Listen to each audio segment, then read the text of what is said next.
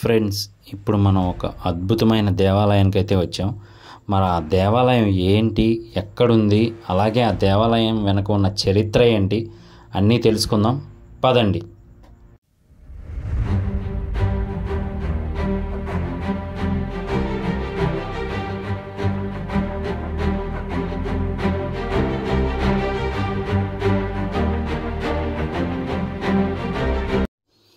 చూస్తున్నారు కదా, మనం ఇప్పుడైతే 1000 స్తంభాల దేవాలయానికి అయితే వచ్చాము. అదేనండి 1000 పిల్లర్ టెంపుల్. ఈ దేవాలయం ఎక్కడుంది అంటే కనుక వరంగల్ నుండి సుమారు 500 కిలోమీటర్లో హనుమకొండ నగరం నడి ఒడ్డునైతే ఉంది. ఇది హనుమకొండ జిల్లా హనుమకొండ మండలంలో అయితే ఉంటుందన్నమాట, తెలంగాణ. ఈ దేవాలయ సముదాయం కాకతీయ రాజు మొదటి రుద్రరాజు క్రీస్తు శకం 1163లో నిర్మించినట్లుగా ఇక్కడున్న శాసనాలు అయితే మనకు చెప్తూ ఉన్నాయన్నమాట. అంటే ఇప్పుడు ప్రజెంట్ మనం 2024లో ఉన్నాం కాబట్టి దాదాపుగా 861 సంవత్సరాలు అయితే గడిచిందనమాట. నిర్మించినప్పుడు బాగానే ఉన్నప్పటికీ తర్వాత దండయాత్రలు జరగడం వల్ల చాలా వరకు అయితే డిమాలిష్ అయిపోయింది. కానీ ప్రభుత్వము అలాగే ఆర్కియాలజీ డిపార్ట్మెంటు ఇంకా చాలామంది అయితే కలిసి యునెస్కోలో ఈ ప్రాంతాన్ని చేర్చడానికి చాలా అయితే కష్టపడుతూ ఉన్నారు, అలాగే పునర్నిర్మిస్తూ ఉన్నారు. మరి ఇక్కడ ప్రధాన దేవుడు ఎవరు అంటే మాత్రం ఆ మహాశివుడు అండి. రుద్రేశ్వరునిగా అయితే కొలుస్తారు ఇక్కడ. అలాగే మాఘమాసము, శ్రావణ మాసము, కార్తీక మాసాలలో ఈ ఆలయాన్ని దర్శిస్తే విశేష ఫలం లభిస్తుంది అని భక్తులు నమ్ముతూ ఉంటారు. అలాగే ఆ మహాశివునికి ఎంతో ఇష్టమైన మహాశివరాత్రి కార్తీక పౌర్ణమి రోజున భక్తులు రద్దీ చాలా ఎక్కువ ఉంటుంది. ఆలయ ప్రాంగణంలో మారేడు, రావి, వేప వృక్షాలు భక్తుల సేద తీరుస్తూ ఉంటాయి.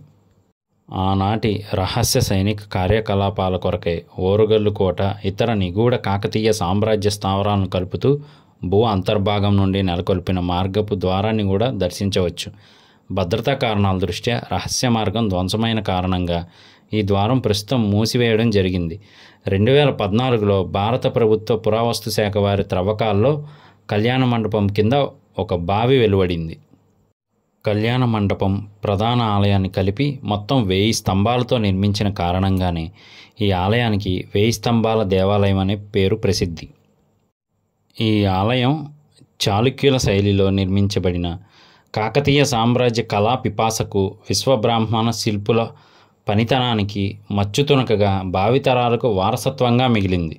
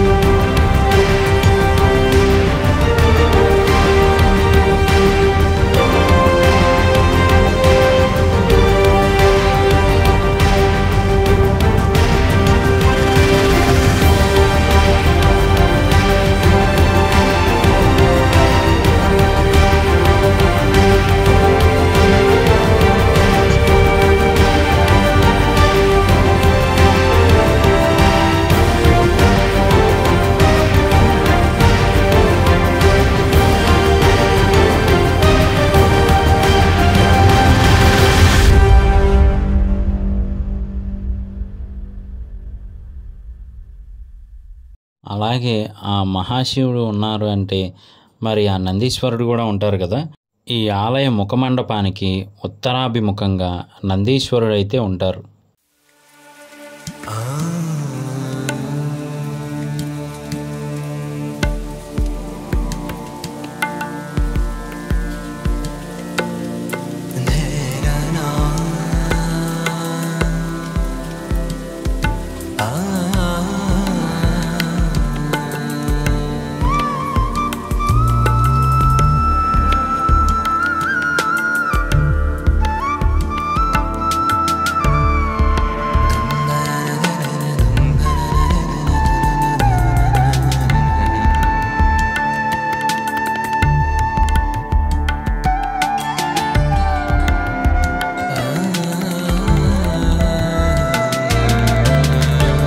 కుదిరినంత వరకు ఈవినింగ్ సన్సెట్ టైంలో కానీ లేదా మార్నింగ్ సన్ రైజ్ టైంలో కానీ ఇక్కడ ఉండగలిగితే చాలా బాగుంటుంది. ఈ ప్రకృతి కానీ అలాగే టెంపుల్ కానీ వ్యూ చాలా బాగుంటుంది ఆ సన్ రైజ్ పడుతూ.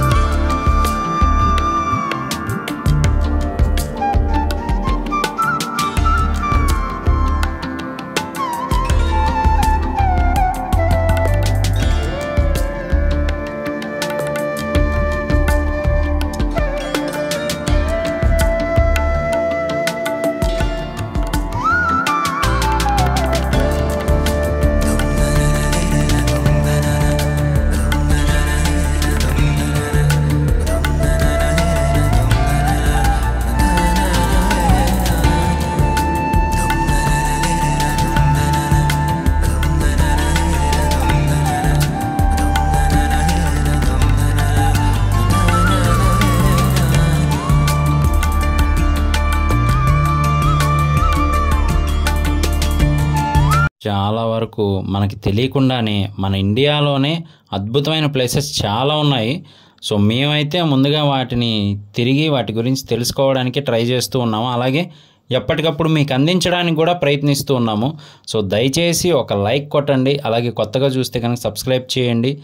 ఆల్రెడీ మన ట్రావెల్ ఫ్యామిలీలో ఉంటే కనుక, ప్రసాద్ ట్రావెలింగ్ తెలుగు ఫ్యామిలీలో ఉంటే కనుక ఒకసారి వీడియోని మీ ఫ్రెండ్స్ అండ్ ఫ్యామిలీ మెంబర్స్కి కూడా షేర్ చేయండి.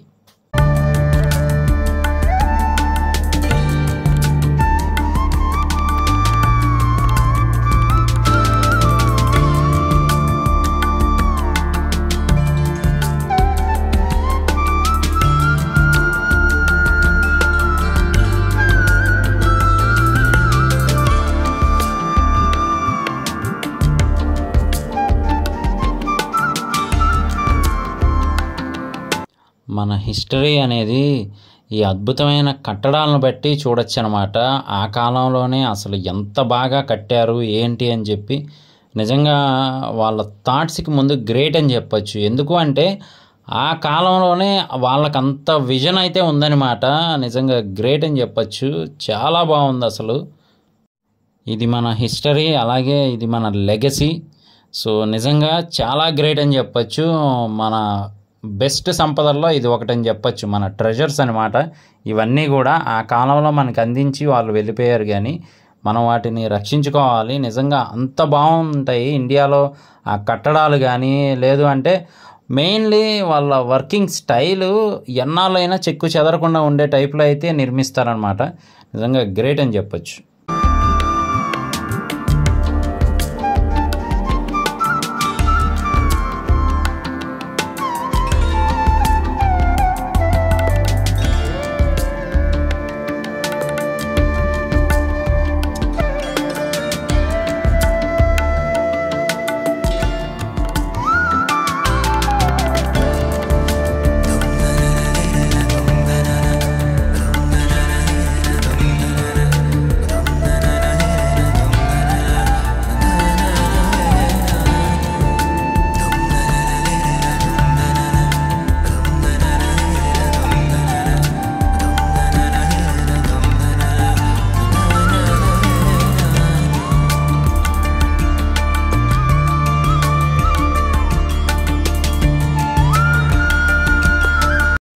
మన ప్రయాణం ఇలా కొనసాగుతూనే ఉంటుంది. మళ్ళీ ఇంకొక అద్భుతమైన ప్రదేశంతో అలాగే హిస్టరీతో మిమ్మల్ని కలుస్తాను. మిస్ అవ్వకుండా ఉండాలి అంటే మాత్రం మన ఛానల్ వెంటనే సబ్స్క్రైబ్ చేసుకోండి. నేను మీ Prasad travel in Telugu. Thank you.